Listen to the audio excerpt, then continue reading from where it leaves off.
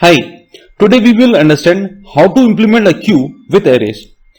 See, the queue can be implemented through arrays as well as through linked list, right? So I'll be explaining how to implement queue with linked list in the next lecture.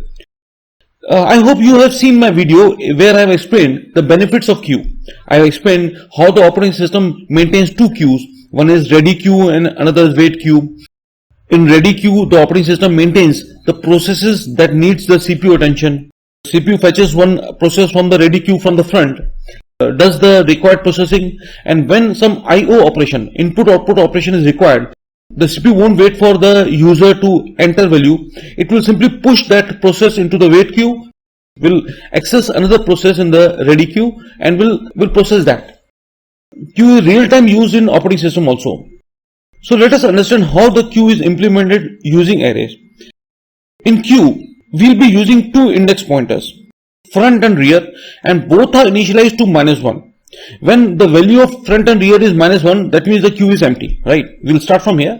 We are defining one macro max of the value 5. Because I'm assuming the queue of length 5 elements. You can make it 10, 15, whatever. You are defining two global variables, front and rear, and you are initializing them to -1. These are two method prototypes. One is addQ and another is delQ. As the name suggests, this addQ method will be called to add elements to the queue, and delQ will be called to delete elements from the queue. Here you define one integer array queue of size 5 elements. This is the menu driven program. When this program is executed, it will display a menu showing three options.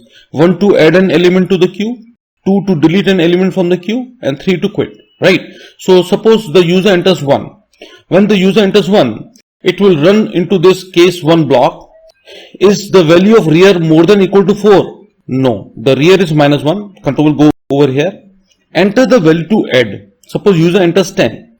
This addQ method is called, and the queue array and this value 10 is passed to it. This queue will be assigned to this queue array, and this k will be assigned, this value 10 will be assigned to this parameter value. Rear plus plus, rear was -1, it will become 0. To this q0 value you are inserting this 10. So this q0 value 10 is inserted, is front -1. See what happens in the queue. When the first element is added, both front and rear will point to it. After that, all the additions are done with the help of the rear pointer. That is, the next value will be added with the rear, only rear will be incremented. After that again the rear will be incremented, only rear will move forward. Front will be left to the first value. Why? Because the deletion has to be done with the help of front pointer only, right? Can you see it here? The front is always pointing at the first value and the rear will keep on moving further. Suppose you delete first value, this value where front pointer is pointing will be deleted and front will move forward to the next value. Thereafter again this value is deleted and front will move forward to the next value.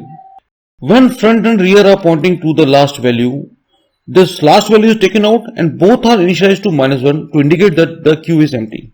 So let's come here. So the first value is added, control will come over here. Through break, the control will come out of this switch block. This is a while loop. Again the menu will be displayed. 1 to add into the queue, 2 to delete from the queue, 3 for exit.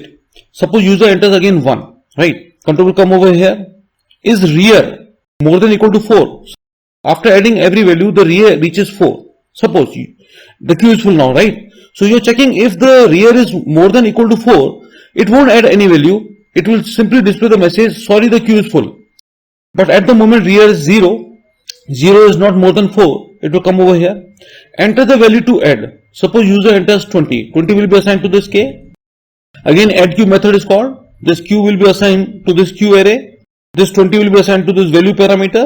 Rear plus plus, you are adding with the help of the rear pointer.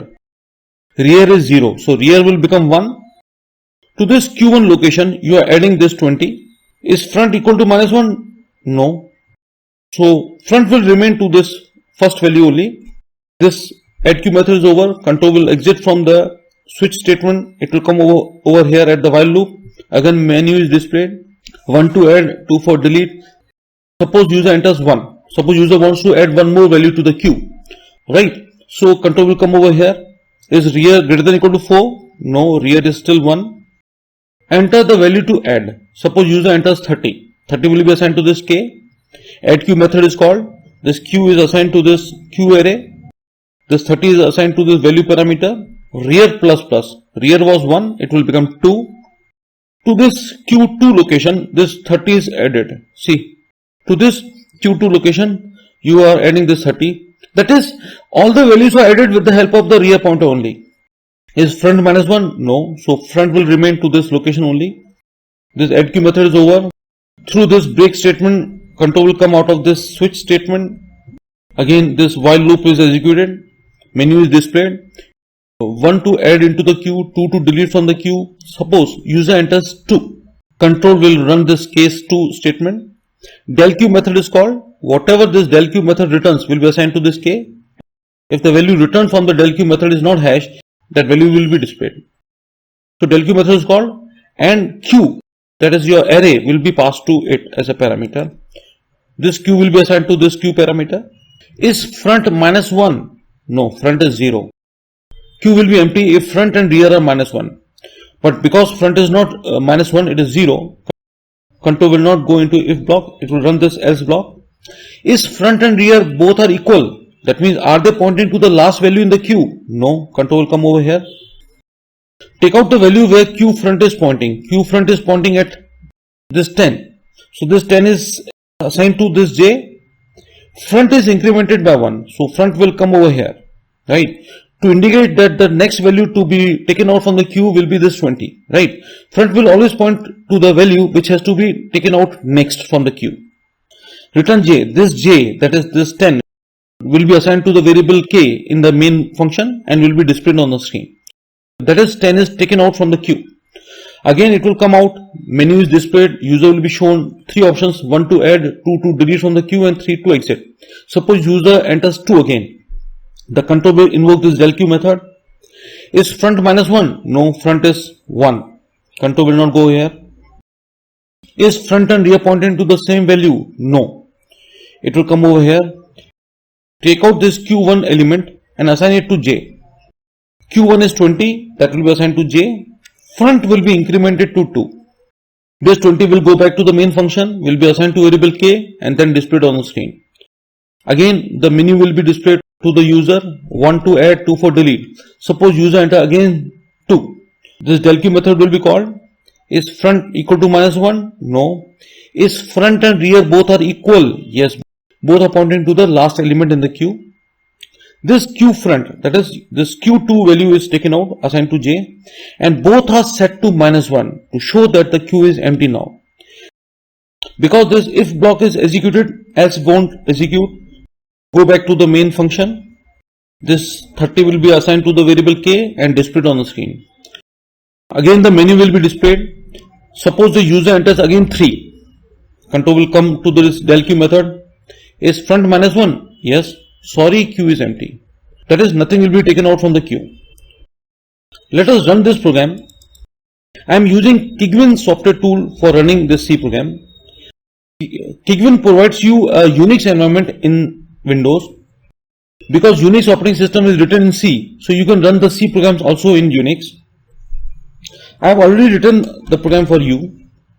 See.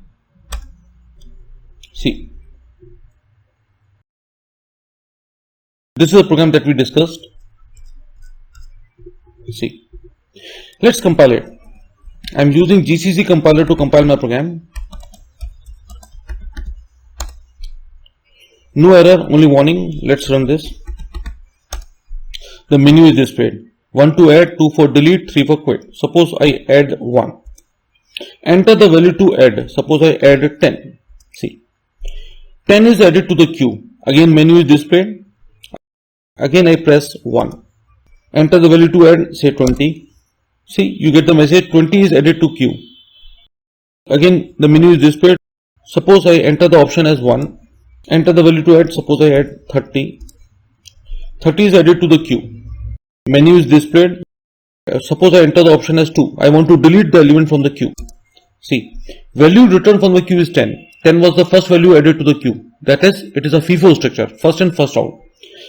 Again the menu is displayed. Suppose I enter again 2 to add the next value from the queue. Value returned from queue is 20. Can you see that? Suppose I again enter 2 to take out a value from the queue.